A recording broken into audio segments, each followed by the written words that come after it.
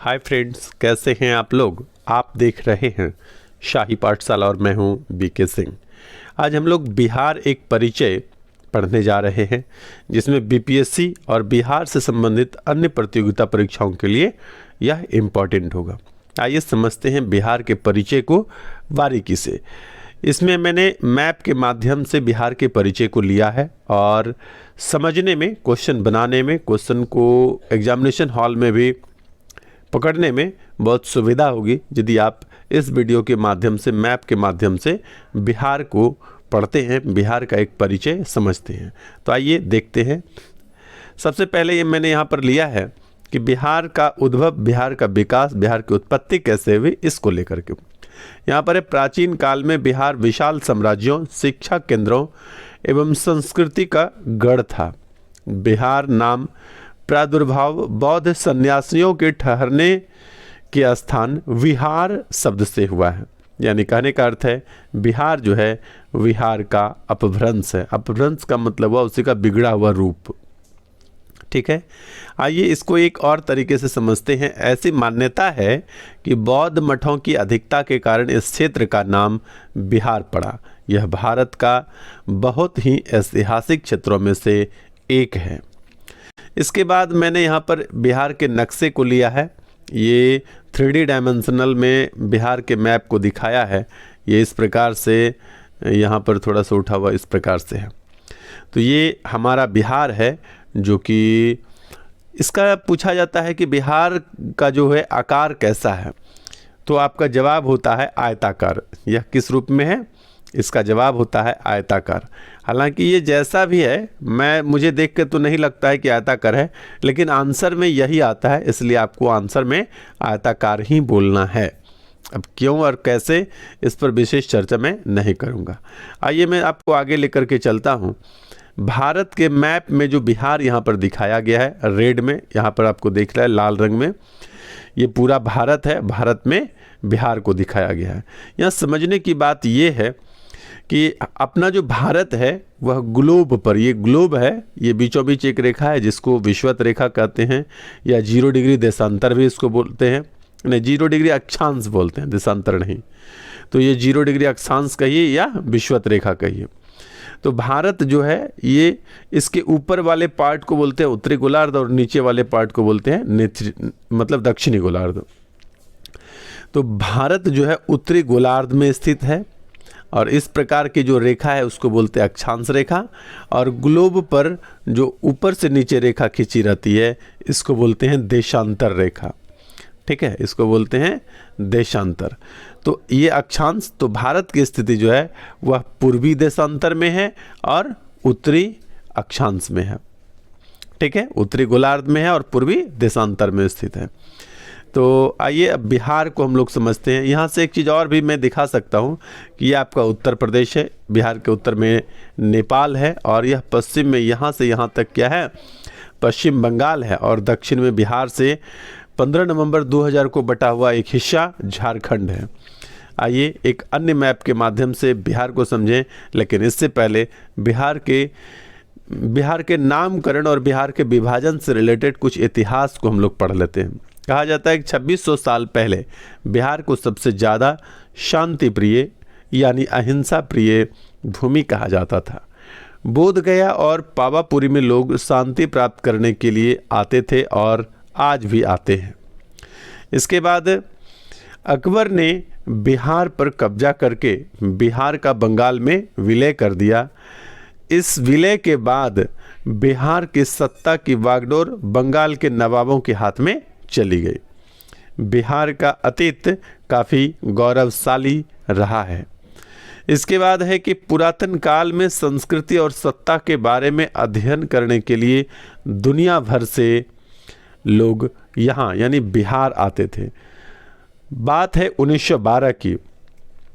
1912 में क्या हुआ कि बंगाल विभाजन कर दिया गया और बंगाल विभाजन करके एक नया प्रांत बना, उसका नाम क्या हुआ, बिहार। नाम जो है तब से बिहार नाम जो है एक राज्य के अस्तित्व में आया। इसके बाद क्या हुआ कि 1936 में उड़ीसा इससे अलग कर दिया गया और एक नया राज्य उड़ीसा का निर्माण हुआ। इसके बाद से फिर क्या हुआ कि 15 नवंबर 2000 को बिहार से अलग होकर झारखंड एक आदिवासी बहुल खंड का निर्माण किया गया। इसके बाद क्या हुआ, आइए यहाँ पर एक बिहार का मैप है जो 2 डायमेंशनल में है, लंबाई चौड़ाई के फॉर्म में है। मैंने आपको कहा कि बिहार के बारे में पूछा जाए कि बिहार की आकृति कैसी है, तो आपका जवाब होना चाहिए आयताकार, सही उत्तर के लिए। मैं यहाँ एक बात और बता दूं, बिहार में कुल 38 जिले हैं और 38 जिले जो है 9 प्रमंडल में बटे हुए हैं।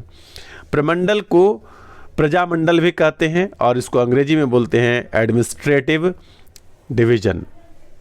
इसको अंग्रेजी में क्या बोलते हैं, एडमिनिस्ट्रेटिव डिवीजन। इसको प्रमंडल भी बोलते हैं, प्रजामंडल भी बोलते हैं।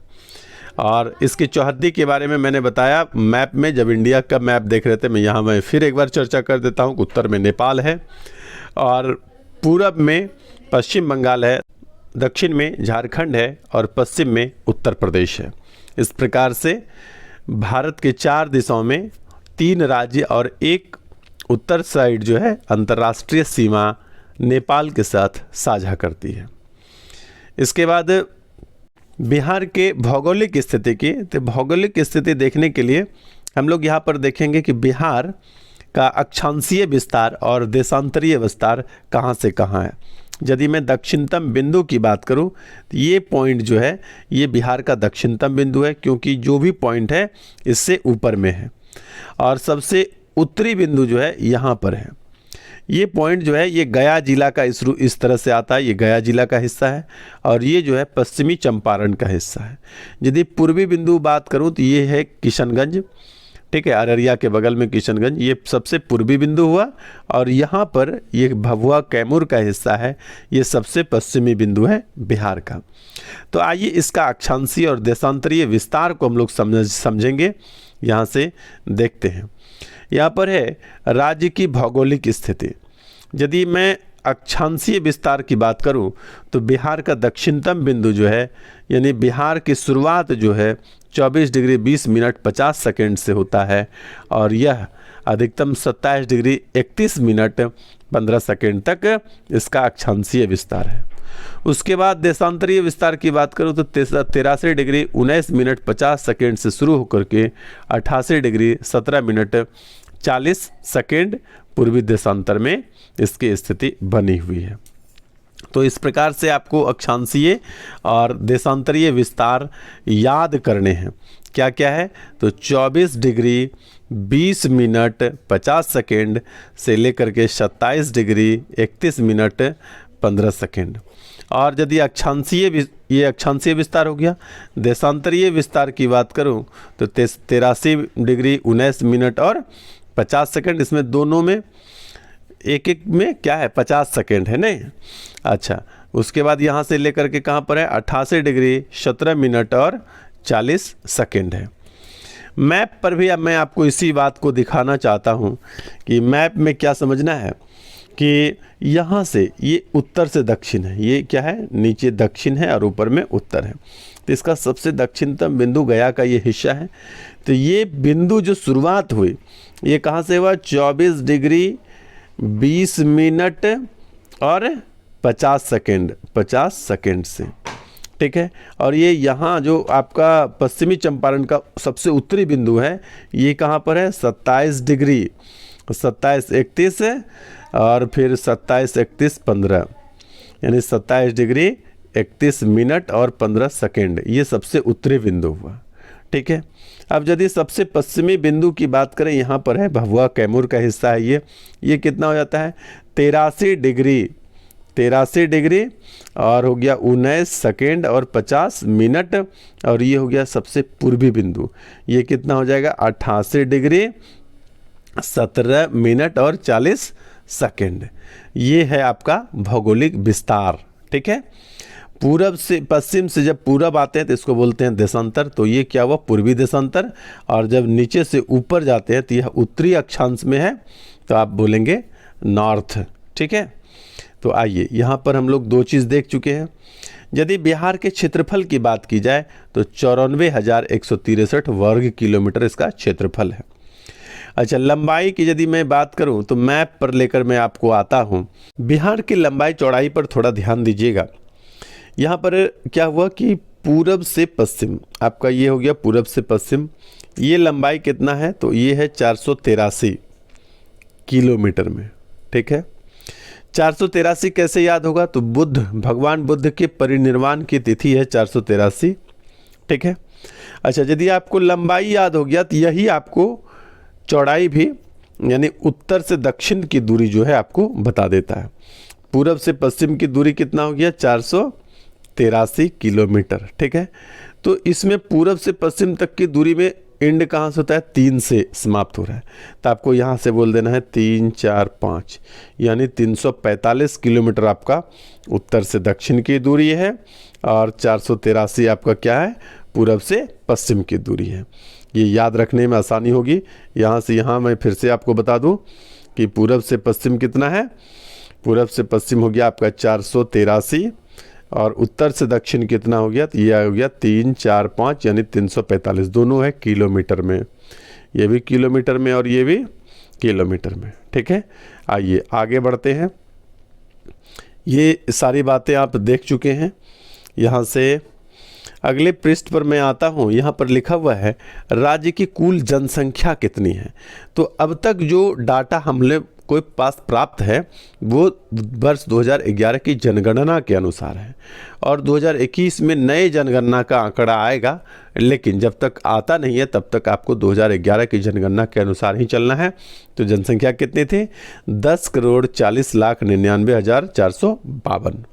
पुरुष जनसंख्या कितनी थी 5,42,78,157 और महिला जनसंख्या कितनी थी 4,98,21,295। जनसंख्या की दृष्टि से बिहार जो है वह तीसरा राज्य है।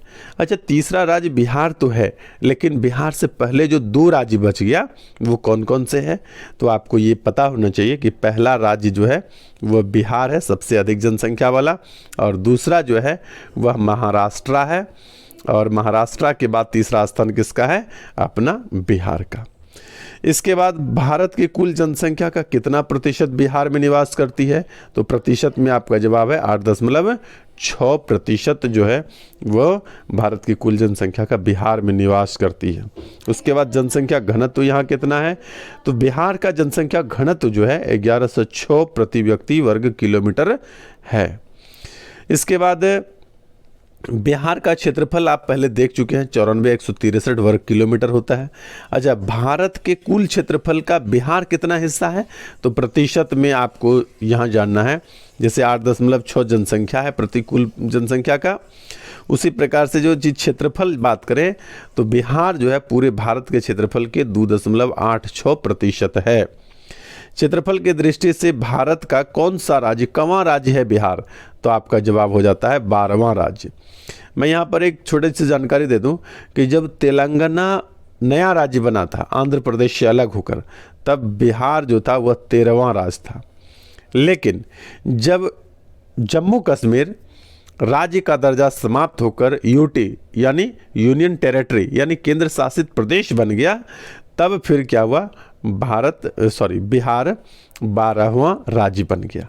ठीक है, उसके बाद समुद्र तल से जो बिहार की ऊंचाई है फीट में 173 फीट है और मीटर में 53 मीटर है।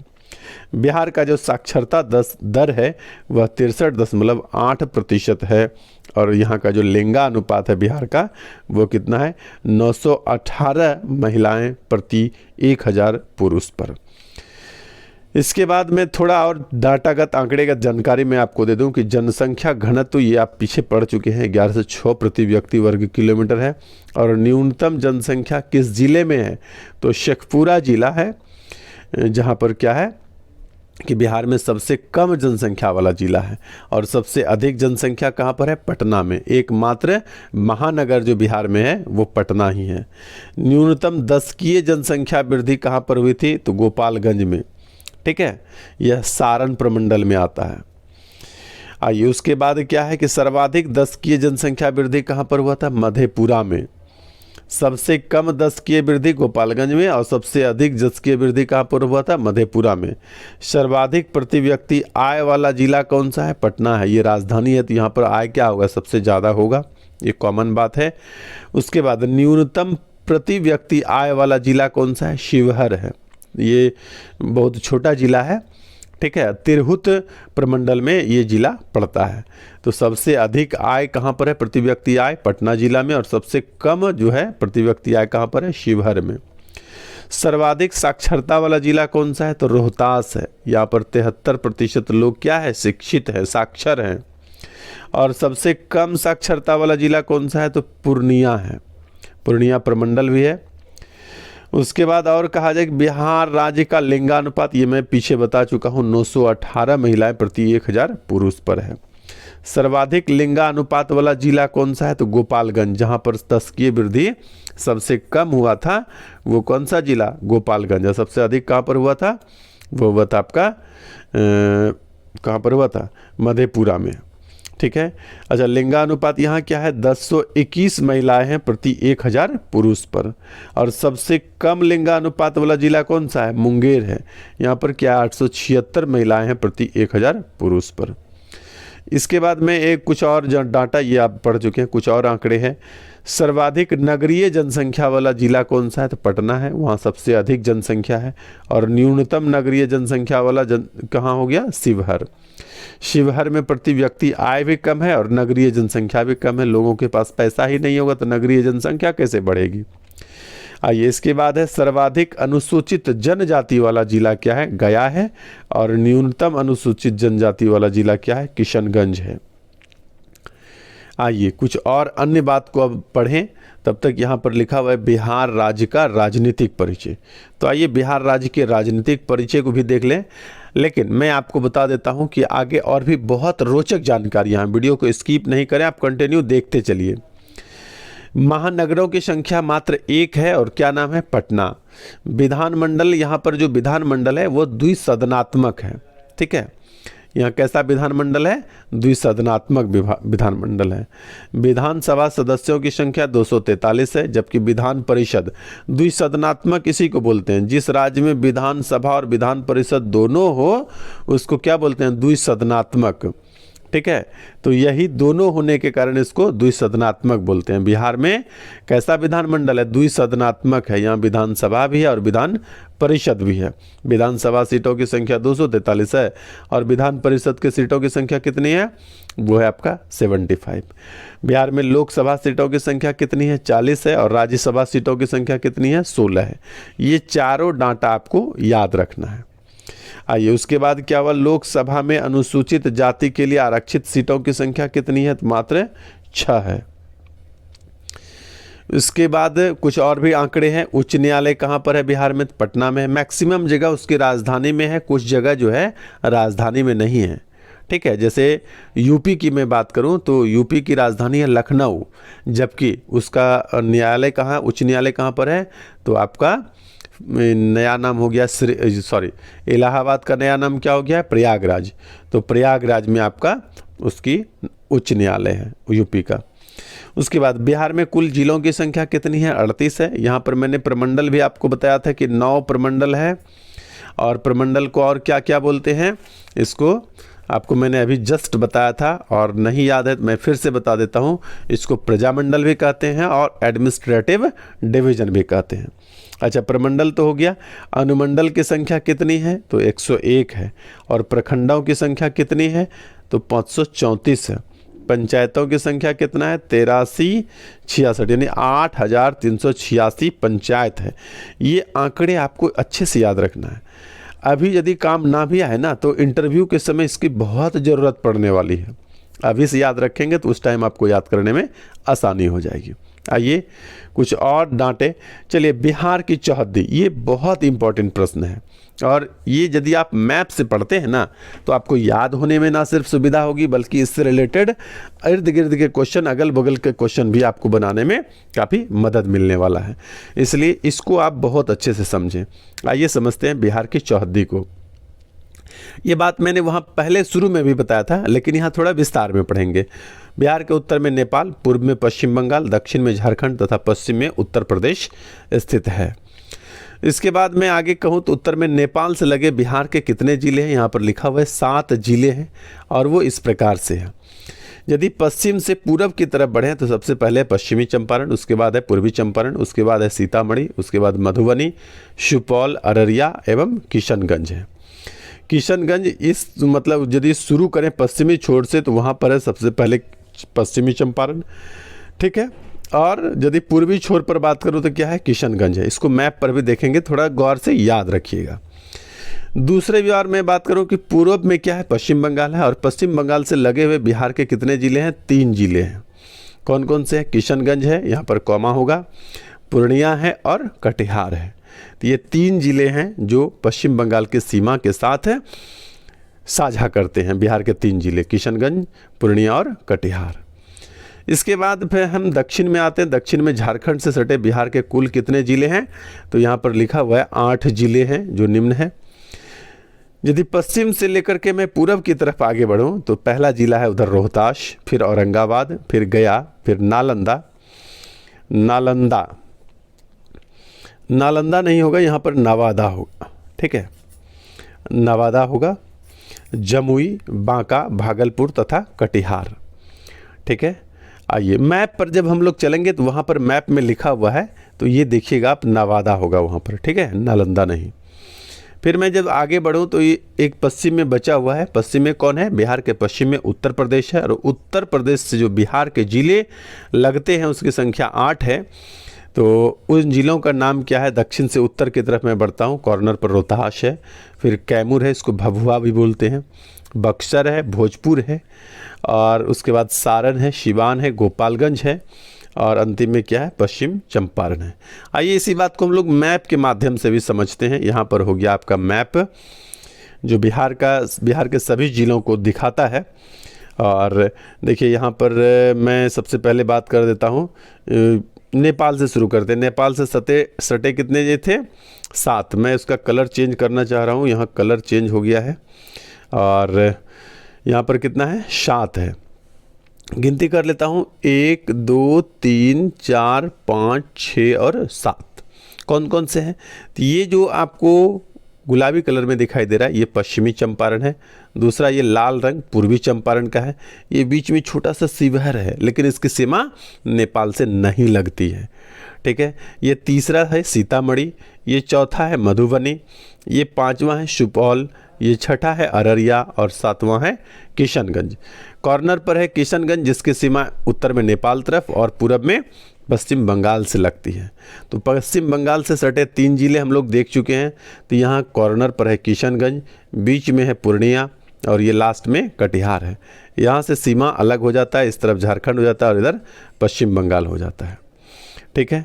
तो आइए यहाँ से हम लोग क्या करेंगे कि झारखंड से सटे जिलों की संख्या देख लेते हैं। तो एक कटिहार जो इधर पश्चिम बंगाल के साथ भी सीमा साझा करती है और इस तरफ से झारखंड के साथ भी सीमा साझा करती है। जैसे यहाँ पर इस तरफ नेपाल के साथ सीमा साझा कर रही थी और इधर पश्चिम बंगाल के साथ किशनगंज। तो कॉर्नर वाले जिला जो होगा वो 2 राज्य या एक इधर नेपाल और इधर एक बिहार के इंडिया के राज्य से सीमा साझा करेगी। तो पहला हो गया कटिहार, दूसरा हो गया भागलपुर, तीसरा हो गया बांका, चौथा हो गया जमुई, 5वां नवादा, 6ठा गया, 7वां अरवल और इस कॉर्नर पर यदि यहाँ देखें ना तो रोहतास पीछे आ गया है।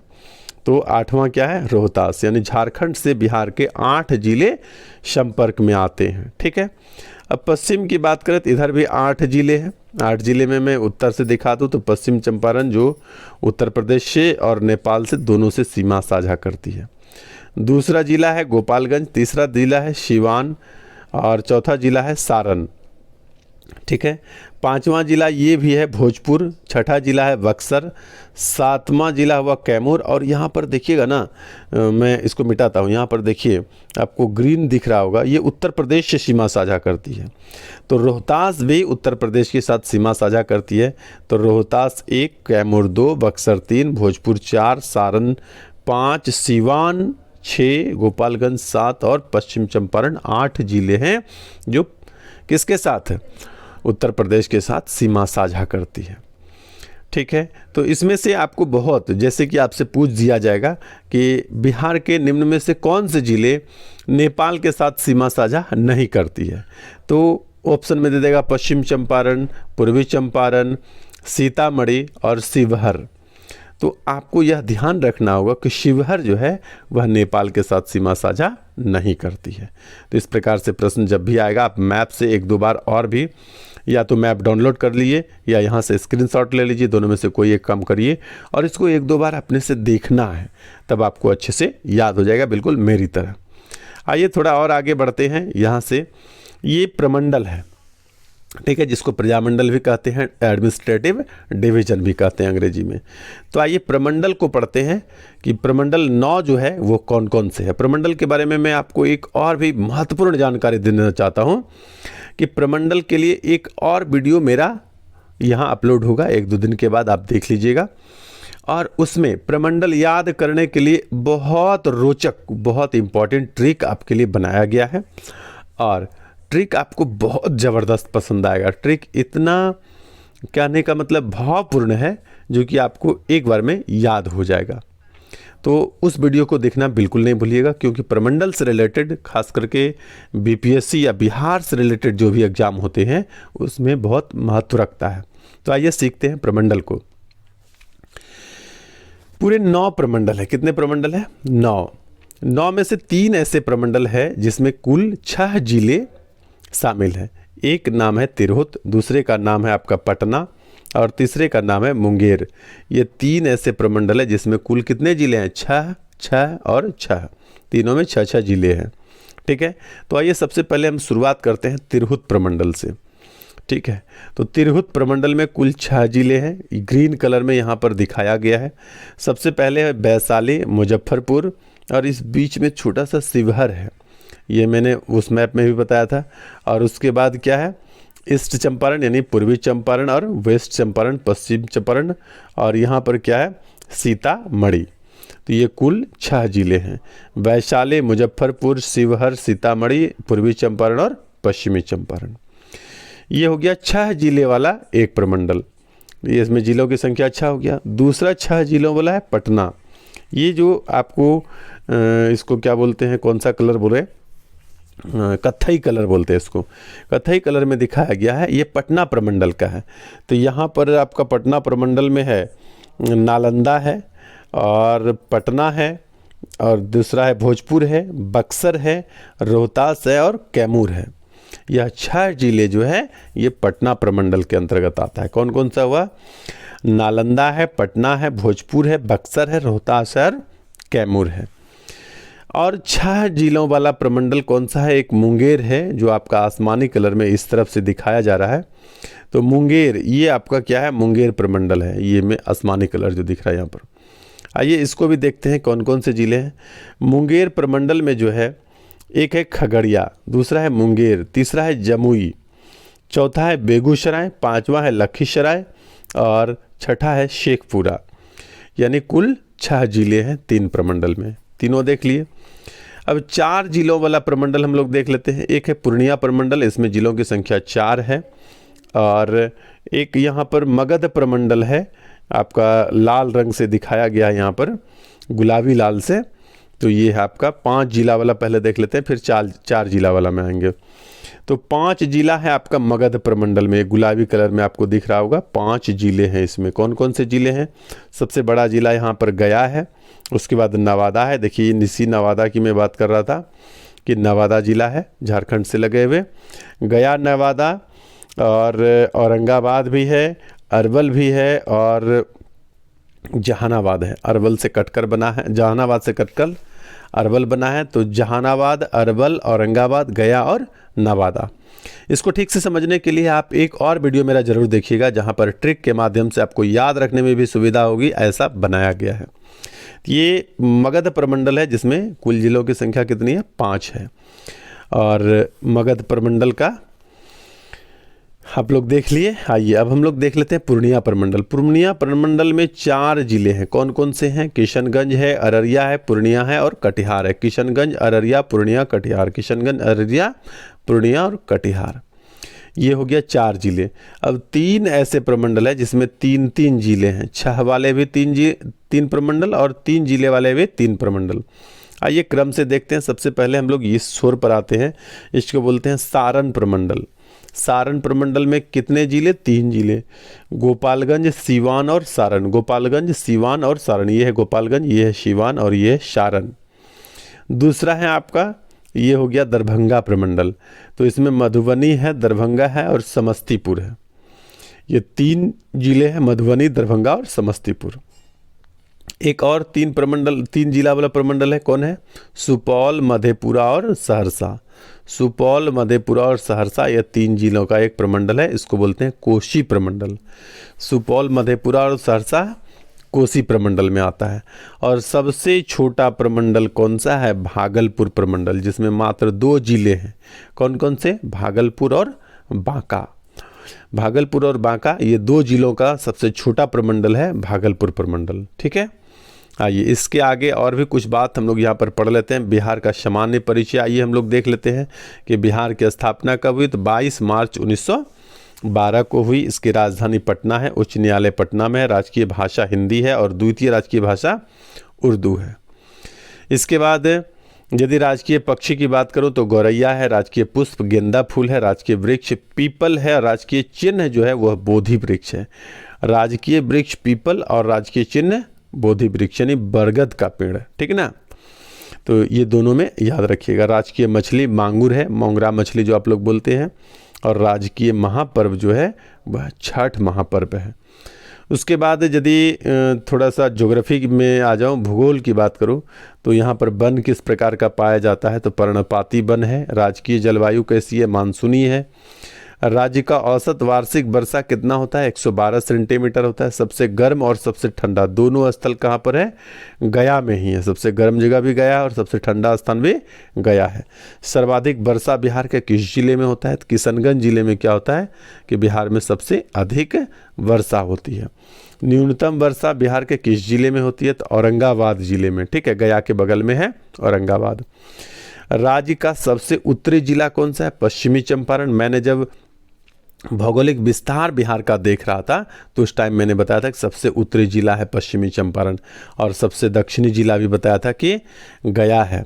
सबसे पूर्वी जिला किशनगंज है, कोना पर मैंने बताया था, कॉर्नर पर, जो नेपाल और पश्चिम बंगाल दोनों के साथ सीमा साझा करती है। और सबसे पश्चिमी जिला भभुआ कैमूर है, वो भी मैंने बताया था। ये चारों बात आपको मैंने पहले बता दिया है। आइए इसके बाद क्या है कि भौगोलिक तौर पर बिहार 3 प्राकृतिक विभागों में बांटा गया है। कैसा कैसा? तो उत्तर का पर्वतीय तराई भाग जो हिमालय के नज़दीक है उसको तराई भाग बोलते हैं। मध्य में क्या हुआ? विशाल मैदान तथा दक्षिण का पहाड़ी किनारा। एक्चुअली होता क्या है कि बिहार जो है, बिहार के बीचों बीच से गंगा नदी गुजरती है। ठीक है, बिहार के बीचों बीच से गंगा नदी गुजरती है। इसके उत्तरी मैदान को बोलते हैं खादर और दक्षिणी मैदान को बोलते हैं बांगर। इस तरफ से जो उत्तर नेपाल के किनारे वाले भाग है इसको बोलते हैं तराई।